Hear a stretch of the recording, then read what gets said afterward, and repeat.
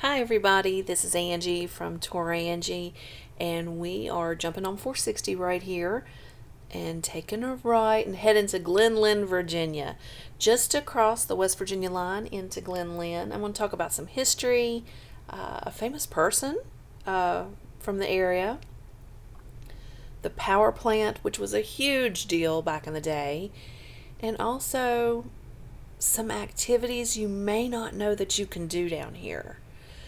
This video does not cover all of Glen Lyn. In fact, I will be doing another one, as I've mentioned before, and that is the old Elgood Road, where I'll talk about a lot more. But I'm going to give you a brief history right now. So we're getting close down here to the bottom, where Glen Lyn is located.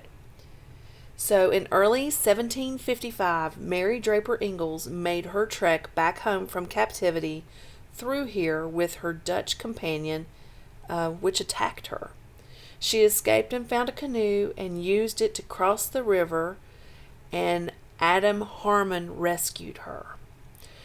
John Tooney built the first brick house in Giles County in 1780 on the site of the decayed cabin he found upon his arrival. Tooney owned the land around the settlement and for a long period of time named it Montreal. Tooney lived in a house until he said that Mr. Raleigh Paris, Lily Davis, last occupied the house before the Department of Highways bought it from her. The Department of Highway bought it and demolished it to build Route 460. So you can tell we have now crossed into Virginia. This is Glen Lyn. I'm taking the first right. I've honestly never done any real driving through the town or anything. There's several different sections. It's on both sides of the river. So I'm taking a right here and going up the road past the Exxon. Then I'll stay on that little side road and go through some residential areas and then over to the power plant that was operating. Like I said, there's the other section, which you would basically take a left just down the road just a little bit and cross over 460 to get to take you to the Elgood Road. That's the other section I'll be doing a video on at some point in time. As I was driving this road, I thought, okay, where's this going to take me? Nowhere. It dead ends right up here. So you're getting to see a little bit of a dead end. I guess just a couple houses. So I'm turning around up here. But right to the left, down over that embankment, is the East River. It's lot larger than the East River back at the Oakville or in Kellysville area, and that's because of, well, its proximity to the New River. When I first took that right, did you see that long bridge? That's where the New River is. So the East River meets the New River basically here in Glen Lyn, just right at that bridge, and that's why that power plant was built. All right, so let's talk a little bit more about history. Over the years, a post office was established, giving Montreal a new name, the mouth of the East River, and railroad workers and of the Norfolk and Western Railroad later named it Hell's Gate. The name changed once again, and it's currently now Glen Lyn, meaning a lovely glen. With the railroad's completion in 1883, the town experienced a little growth with the construction and completion of that railroad. In the late 1860s, John T. Shoemate put up a store at the mouth of the East River and continued to sell goods for more than 20 years. Parkinson Shoemate had a ferry in Glen Lyn too. And in about 1887, W.T. Ould built a store. However, the town did not experience any substantial growth until 1919, and that was when the Appalachian Electric Power Plant was built. And we are on that power plant road right now, so you'll be able to see just up here ahead. I'm going to go up the road just a little bit and then turn around in a wide gravel spot so you can see the plant. It's huge. So let's give you some information about it. So like I said, it was built in 1919 and it shut down in 2015. This was a coal-fired power plant, one of the oldest coal-fired power plants in the United States. And they have given them till 2035 to clean up the area. because with it being a coal-fired plant, there is a lot of coal ash in the dirt here. And coal ash is, not the most healthy thing to be around. It can be an environmental issue, harmful to the environment, humans and wildlife. But look at this building. It's I don't know, magnificent. I remember driving down Route 460 and always looking over here to the right to look at this building and that huge smokestack there.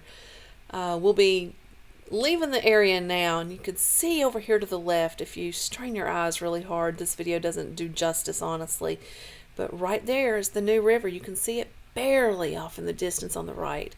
So the coal plant is obviously close to the river. We're going to be driving around the coal plant to the top of the hill, and behind it, it's a residential area. There's a little church up there, and I apologize ahead of time for the glare.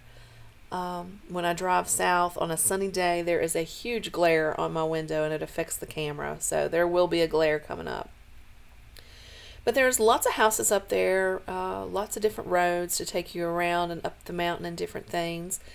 And we're just going to spend a little time looking at that. Now, if you see 460 over here on the right, there was a road that cuts to the left. That is the other Glen Lyn road that I will do sometime. And that's that takes you to Elgood, which I've done plenty of Elgood videos in the past. But on that road over there is a neat campground that you may not know about. It's called Kairis. I believe that's how you pronounce it. Kairis, I believe. Anyway, camping, horseback riding, ATVs. It's on Shoemate Road. And of course, I mentioned Shoemate earlier because that's a prominent name in history for Glen Lyn. I mentioned that in the history part.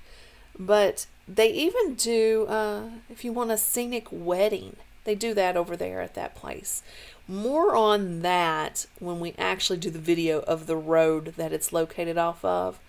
But sorry, I had to stop the video. I had a phone call I had to answer, so we're going to take back off again. So we climb this hill. You're going to notice this big old smokestack, and you can see it from down at the bottom, and I'm sure you spotted it. But right there, you can see it right there peeping through the trees. I want to give you a closer look at the smokestack because I thought it was pretty neat as I climbed this hill. Like I said, this area right here is just residential anyway. On the other side of the New River, so let's say you stayed on 460 and drove on to the other side of the New River, it's still considered Glen Lyn. There's camping there, bike riding trails, different things. Now, the city itself was considered a city until December of this past year, when they have eliminated it, or basically voted to not be a city anymore, and just consider it part of Giles County. Did you see the smokestack? I thought that was pretty cool.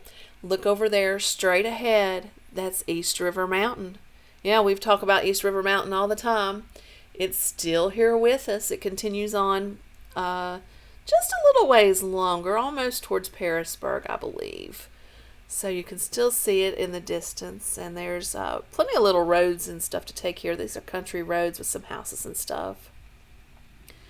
I really don't have much else to show you or much else to talk about. Look at those power lines.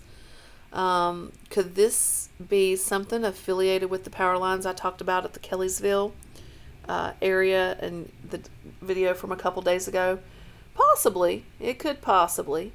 But the ones in Kellysville were probably, 15 minutes away from here. So, still, it's big old power lines.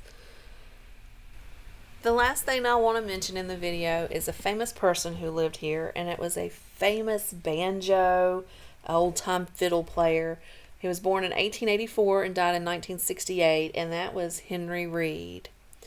Well, that's about it for this drive. I'm going to be stopping right up here and turning around. So this is Angie from Tourangie.com. Come to my website, read my blogs, make appointments so I can help you plan your next travel adventure. Talk to you later.